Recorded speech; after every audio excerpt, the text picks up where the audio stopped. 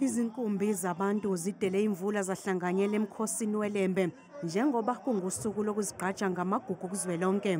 Ethula inkulumo yakhe kulomcimbi uNdunankulu wesifundazwe uThamsanqa Ntuli uthe abesilisa kumele bazibuze ukuthi kuphi abakwenzayo ukulekelela kuzinselele esibhekene nezwe. Kumele sizibuze ukuthi njengehlangu senzani noma sizokwenzani. Ngalesi sikhathi izwe lethu lihlaselwe imigulukudu esabalalisa idakamizwa eindaweni zethu nakuyingane zethu.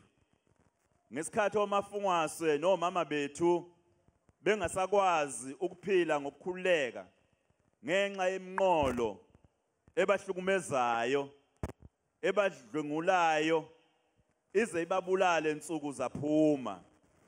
Ilembe leqamanye amalembe ngokhalipha unodumehlezi kamenzi.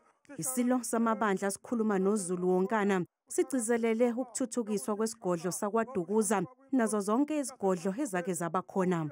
Isigodlo siyadingakala ukuthi kube isigodlo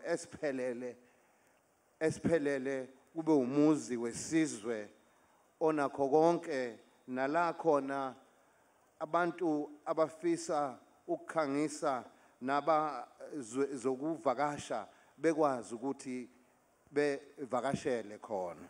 Indlulamithi iphinde uhlabe yawuhlikiza umthetho ukuthi abesilisa sebengakwazi ukuthatha izibongo zamakhosikazi awo. Kube khona indoda iguqule isibongo ithathe esikankosikazi nina besilo kuwukonakala nokubhubha komhlaba lokhu ningakuvumi ngoba ade ngisho nje akumele lokhu esasibambelele kukho kuseyilembe onke lamakhosi singakudedeli. Wena wandlovu, wena wandlovu, bayada